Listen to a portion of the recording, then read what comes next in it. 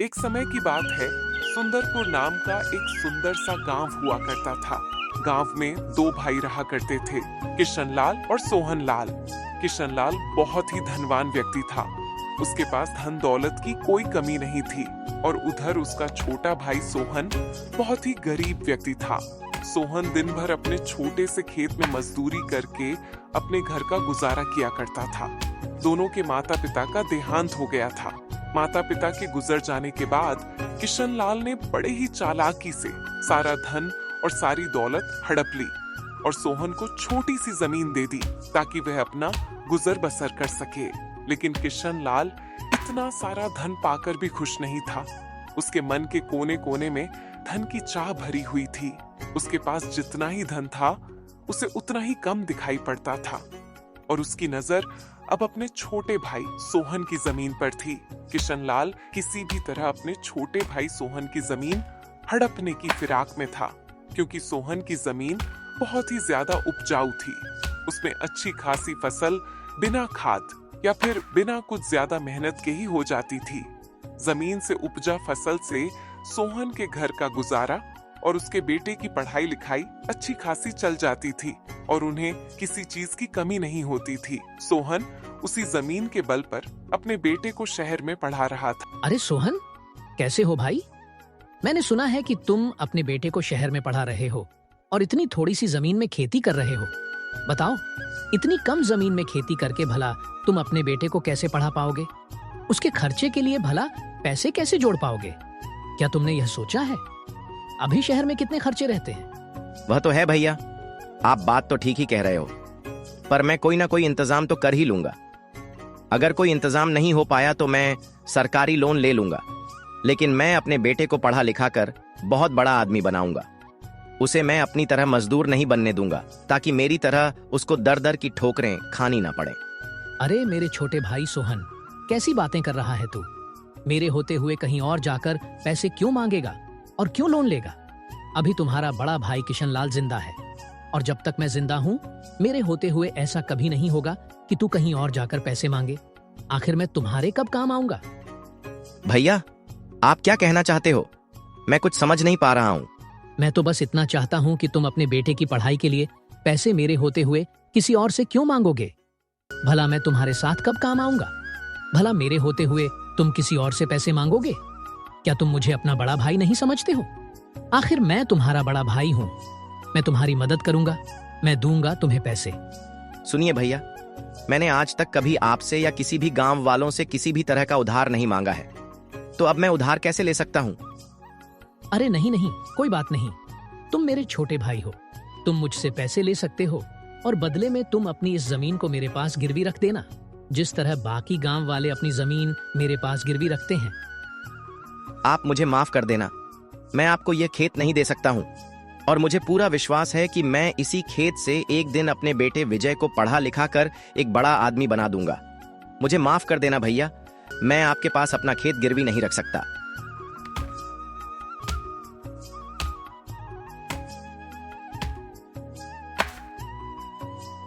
हैं किशनलाल, तुझे किसी ना किसी तरह से सोहन से वह जमीन तो लेनी ही पड़ेगी। अरे सोहन भाई, मुझे तुम्हारी खुददारी देखकर बहुत अच्छा लगा। मैं तुम्हारा बड़ा भाई होने के नाते तुम्हारी मदद करना चाहता हूँ और तुम भी मेरी मदद लेने से इनकार नहीं कर पाओगे। ठीक है किशन भैया, कहिए आप मुझे क्या कहना चाहते हो? भाई, अगर तुम चाहो तो मुझसे पैसे मत लो और ना ही तुम अपनी जमीन मेरे पास गिरवी रखो। भाई, तुम एक काम करो, जो गांव के दूसरी तरफ मेरी एक जमीन है ना, वह तुम्हारी जमीन से 5 गुना बड़ी है। तुम एक काम करो, तुम कुछ दिन उस जमीन पर खेती कर लो। उस खेत में हमेशा फसल अच्छी होती है, उससे तुम्हें काफी मुनाफा होगा और उससे मिले पैसे से तुम अपने बेटे की पढ़ाई पूरी कर पाओगे। और इसके बदले में मुझे कुछ नहीं चाहिए, बस एक छोटी सी बात है कि जब तक तुम मेरी जमीन पर खेती करोगे तब तक मेरी जमीन तुम्हारे पास रहेगी और तुम्हारी जमीन मेरे पास रहेगी। अच्छा ठीक है भैया, मुझे आपकी बात मंजूर है। आप जैसा कह रहे हैं मैं वैसा ही करूंगा। मैं आपकी जमीन पर इस बार खेती करूंगा। सोहन ना चाहते हुए भी बड़े भाई किशनलाल की बात मान जाता है। किशनलाल बड़े ही चालाकी के साथ अपने छोटे भाई सोहन से जमीन के कागजों पर उसका अंगूठा लगवा लेता है क्योंकि सोहन को पढ़ना लिखना नहीं आता था, इसलिए वह उन बातों से अनजान था कि उन कागजों पर क्या लिखा है। ऐसे ही कुछ समय बीत जाता है। ऐसे ही एक दिन सोहन खेत पर काम कर रहा होता है। अरे चल भाई सोहन, आज का काम तो पूरा हुआ। मैंने बाजार से लाए सारे पौधे को खेत में लगा दिया है। देखो तो कितने हरे भरे और सुंदर सुंदर दिख रहे हैं। बस कल सुबह का इंतजार है। मैं कल सुबह आकर इन्हें फटाफट सींच दूंगा। चलो, अब मुझे भी घर चलना चाहिए। दिन भर खेत में काम करते करते मैं बहुत थक गया हूं और मुझे बहुत जोरों की भूख लग रही है, इसीलिए मुझे अब चलना चाहिए। आज भाग्यवान को बोलूंगा मस्त पालक और पनीर की सब्जी बनाए, फिर मैं खाना खाकर आराम से चैन की नींद रात भर सोऊंगा। चलो भाई, अब मैं चलता हूँ। अगले दिन सुबह सुबह जब सोहन अपने खेत पर जाता है तो देखता है कि उसके सारे पौधे मर चुके थे। ये सब देखकर सोहन एकदम से हैरान हो जाता है। उसे समझ में आ जाता है कि उसके भैया ने उसे धोखा दिया है, अपनी चिकनी चुपड़ी बातों में फंसाकर उसे ठग लिया है। यह तो एक बंजर जमीन है। हे भगवान, अब मैं क्या करूं? ये क्या हो गया मेरे साथ? मेरा तो बहुत नुकसान हो गया। हे भगवान, मेरा तो पूरा खेत बर्बाद हो गया। हाय रे, अब मैं इस महीने का अपने घर का गुजारा कैसे चलाऊंगा? भैया ने मुझसे झूठ बोला, मुझे ठगा है उन्होंने। यह तो एक बंजर जमीन है। मैं भी भैया के पास जाता हूँ। हाँ, यही सही रहेगा और उनसे कहूंगा कि मेरी जमीन मुझे वापस कर दीजिए।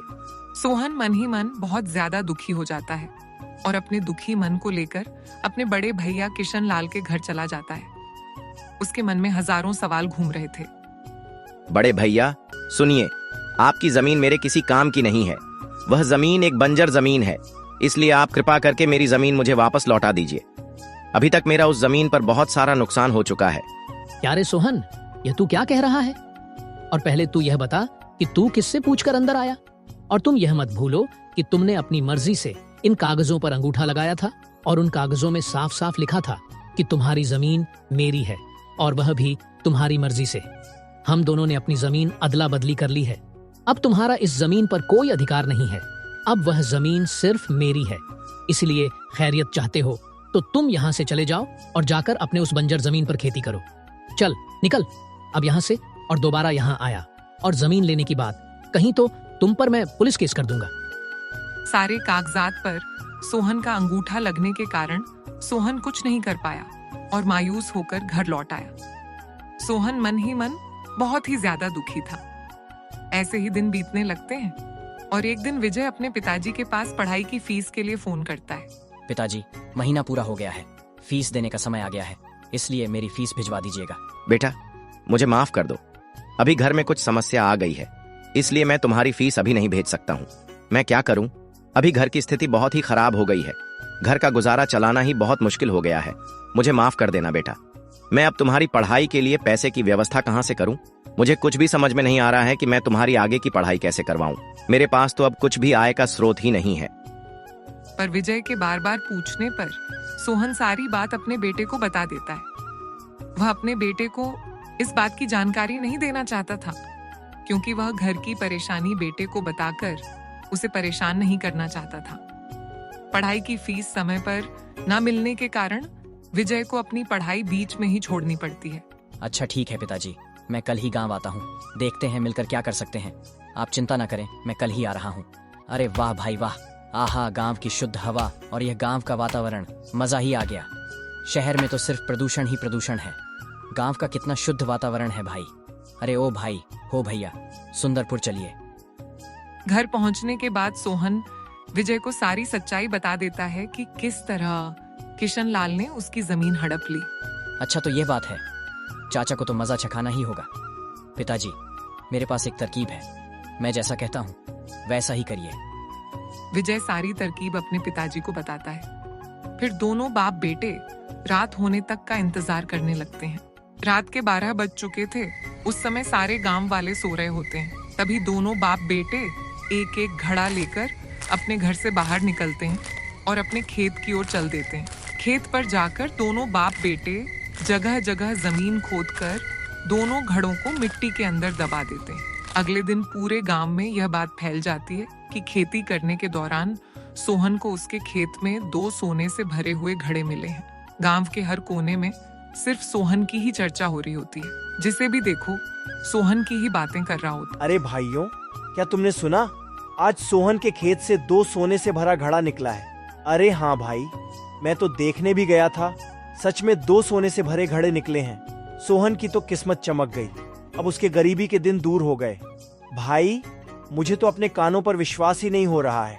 अरे भाई, मगर वह तो एक बंजर जमीन थी ना, वहां तो कुछ भी नहीं उगता था, वहां तो कोई भी फसल लगाने में वो फसल ही मर जाती थी, तो खजाना कैसे निकल गया? अरे ओ हरी भाई, खजाना ऐसे ही जगहों में तो निकलते हैं। सोहन उन सिक्कों को बेचकर तो बहुत ही अमीर हो जाएगा। सोहन तो अब इस गांव का बहुत ही अमीर व्यक्ति बन गया है। उस सोहन को तो अब किसी चीज की कमी ही नहीं होगी। ये बात जब किशन लाल के कानों तक पहुंचती है, तब किशन लाल ये बात सुनकर बहुत ही ज्यादा बौखला जाता है। आखिर कैसे ऐसा हो सकता है? बेकार से बंजर जमीन से सोने से भरा घड़ा कैसे निकल सकता है? और वह भी 2-2? मतलब किशन लाल, उस बंजर जमीन में और भी खजाना हो सकता है। मतलब किशन लाल, इससे पहले कि सोहन उस बंजर जमीन से सारे सोने के घड़े निकाल ले, तुझे वह जमीन सोहन से वापस लेनी पड़ेगी। किशन लाल बौखलाए हुए तुरंत सोहन के घर चला जाता है। अरे सोहन भाई, मुझे मेरी जमीन वापस चाहिए। मुझे मेरी जमीन दे दो। तुम मुझे मेरी जमीन वापस कर दो और तुम तुम्हारी जमीन वापस ले लो। हमने तो वह जमीन आपस में अदला बदली कर ली थी ना, और अब मेरी जमीन आपकी है और आपकी जमीन मेरी है, और आप ही ने तो मुझसे कागजात पर अंगूठा लगवा लिया था, और अब भला आप वह जमीन मुझसे क्यों मांग रहे हो? अब तो वह जमीन मेरी है और मैं आपको वह जमीन क्यों दूं? नहीं भैया, उस खेत से बहुत ही लाभ हुआ है, मैं आपको वह जमीन नहीं दे सकता हूँ। कृपा करके वह जमीन मुझसे न मांगे। अरे मेरे छोटे भाई, मैं तो उस दिन तुमसे मजाक कर रहा था ताकि तुम उस जमीन पर खूब मेहनत करो और फसल उगाकर अपने बेटे को आगे तक शहर में पढ़ा सको। और यह देखो, यह रहे उस जमीन के कागजात। तुम इन कागजातों को रख लो और तुम मुझे अब मेरी जमीन वापस कर दो। विजय किशन लाल की सारी बातें सुनकर बोलता है, आपको आपकी जमीन वापस मिल जाएगी, पर जमीन वापस करने से पहले मेरी एक शर्त है। हाँ बेटा, मुझे तुम्हारी सारी शर्तें मंजूर है। आपको हमारी जमीन और उसके कागजात वापस करने होंगे, और आपको वह जमीन लेने के लिए हमें 10 लाख रुपए भी देने होंगे। तभी हम आपको वह जमीन वापस देंगे और यह सारे काम कागजात पर लिखित होगा। मुझे तुम्हारी सारी शर्तें मंजूर है। अच्छा तो ठीक है, अब मैं चलता हूँ। मैं कल ही तुम्हारे सारे पैसे दे दूंगा और तुम्हारे सारे कागजातों पर साइन भी कर दूंगा। अगले दिन किशन लाल सुबह सुबह ही सोहन के घर पहुंच जाता है और सारे कागजों पर साइन कर देता है, और इसके साथ ही साथ सोहन को 10 लाख रुपए भरा सूटकेस भी दे देता है। सारी प्रक्रिया पूरी हो जाने के बाद किशन लाल तुरंत ही अपने नौकर रामू को लेकर खेत पर पहुंच जाता है। सुनो रामू, पूरा खेत खोद डालो और मुझे तुरंत ही सोने से भरा घड़ा निकाल दो। जी मालिक, मैं अभी सारे खेत को खोद डालता हूँ और सारे सोने से भरे घड़ों को निकाल कर आपको देता हूँ। रामू खेत की खुदाई करना शुरू कर देता है और धीरे धीरे करके वह पूरा खेत खोद डालता है, लेकिन उसे कुछ भी नहीं मिलता है। यह देखकर किशन लाल बहुत ही चिंतित होने लगता है। रामू, देखो कुछ मिला क्या? नहीं मालिक, अभी तक तो कुछ भी नहीं मिला है। मैंने तो पूरा खेत खोद दिया है। बेचारा किशन लाल अपने आप को कोसने लगता है। हे भगवान, ये क्या हो गया? मुझे तो कुछ भी नहीं मिला, ना ही एक सोने का सिक्का भी मिला। मुझे तो उन बाप बेटों ने बहुत ही आसानी से मूर्ख बना दिया। साथ ही साथ जमीन के कागजात के साथ मेरे 10 लाख रुपए भी ले लिए मुझसे। हाय रे, मैं तो लूट गया, बर्बाद हो गया।